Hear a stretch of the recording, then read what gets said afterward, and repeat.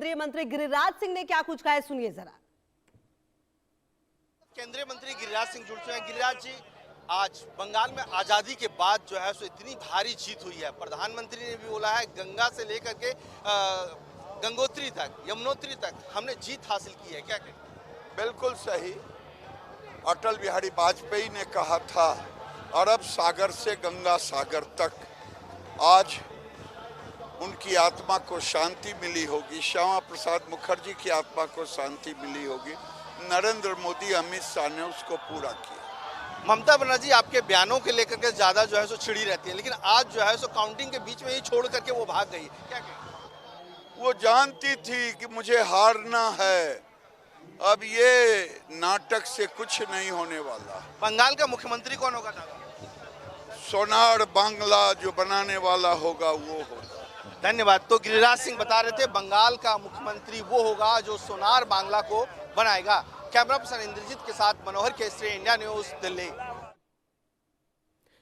तो बंगाल के चुनाव नतीजों पर उत्तर प्रदेश के मंत्री जेपीएस राठौड़ ने क्या कुछ कहा है, सुनिए जरा।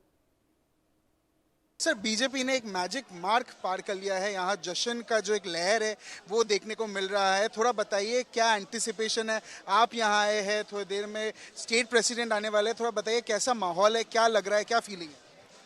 देखिए, ये जीत मोदी मैजिक की है, ये जीत महिलाओं की है और ये जीत मैनेजमेंट की है और ये जीत जनता की है। जिस जनता ने ममता को खारिज किया है, ममता को जनता ने भी खारिज किया है, हाई कोर्ट ने खारिज किया है, सुप्रीम कोर्ट ने खारिज किया है।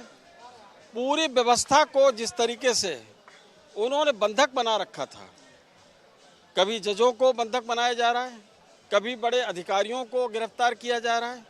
व्यवस्था को लेकर उनके मन में सम्मान नहीं रह गया। संवैधानिक संस्थाओं को जी भर के गाली देने का काम वो कर रही हैं। जनता की जो बेसिक नीड्स थी उनको पूरा नहीं किया जा रहा है। ये CCC उनके जाने का कारण है। ये करप्शन है, कटमनी है और क्रिमिनलाइजेशन ऑफ पॉलिटिक्स है। और सर, कहीं ना कहीं ये ऐतिहासिक है क्योंकि इंडिपेंडेंस के बाद ये पहली बार बीजेपी बंगाल में सरकार बनाएगी। थोड़ा उसके बारे में बताइए, वो एक्साइटमेंट के बारे में। देखिए, मैं कहना चाहता हूं कि भारतीय जनता पार्टी की जब स्थापना हुई थी, या भारतीय जनसंघ को आप लीजिए, तो भारतीय जनसंघ की स्थापना के समय हमारे जो महापुरुष थे, उन्होंने इस पार्टी को राष्ट्रीय स्तर की पार्टी बनेगी, इस कल्पना लेकर भारतीय जनसंघ की स्थापना की थी।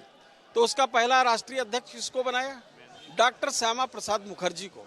महामंत्री किसको बनाया? पंडित दीनदयाल उपाध्याय जी को। डॉक्टर श्यामा प्रसाद मुखर्जी को अगर राष्ट्रीय अध्यक्ष ना बनाते तो शायद ये भारतीय जनता पार्टी का सपना ये पूरा नहीं हो पाता।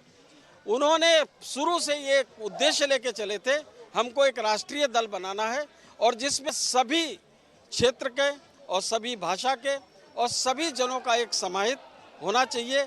एक सब लोग मिलकर एक पार्टी बनाएंगे तो ये आगे चलेगी। और हमारे पूर्वजों ने जो सपना देखा था आज वो पूरा हुआ।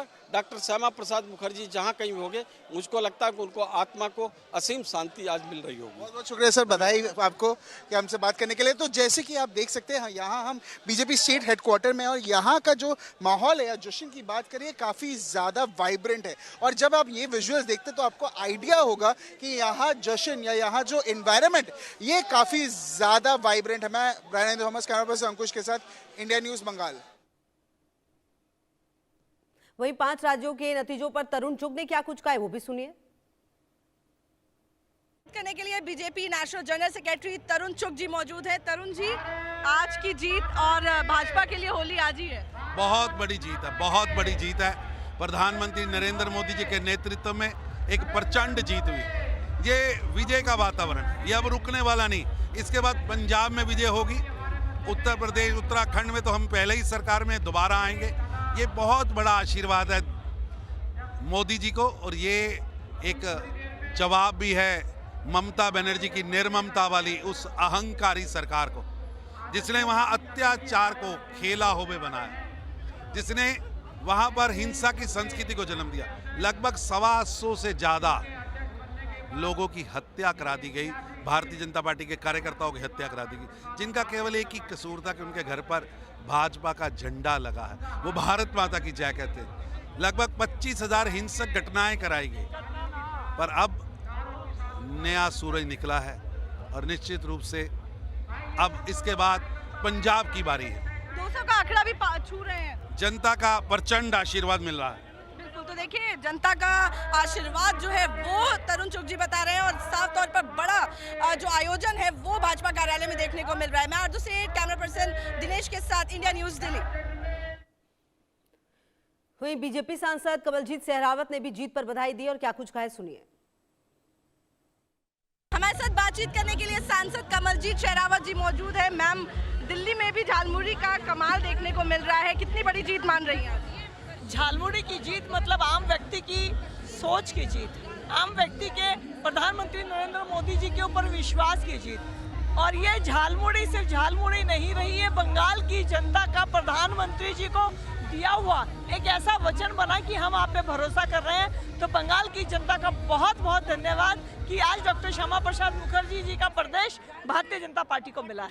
क्या लग रहा है, क्या फैक्टर काम किया है बीजेपी के लिए? ध्रुवीकरण की राजनीति या फिर हम बात करें लॉ एंड ऑर्डर एक बड़ा इशू बना? 15 साल से ममता जी की तानाशाही, भ्रष्टाचारी सरकार, उनके गुंडों का राज और दूसरी तरफ प्रधानमंत्री नरेंद्र मोदी जी का लोकतंत्र में विश्वास, देश को आगे लेकर चलने के लिए भारतवासियों के लिए बार बार आह्वान, उनके विकास की नीति, यही मुख्य कारण रहे हैं। शुभेंदु अधिकारी मुख्यमंत्री बनने जा रहे हैं? सब कुछ तय होगा।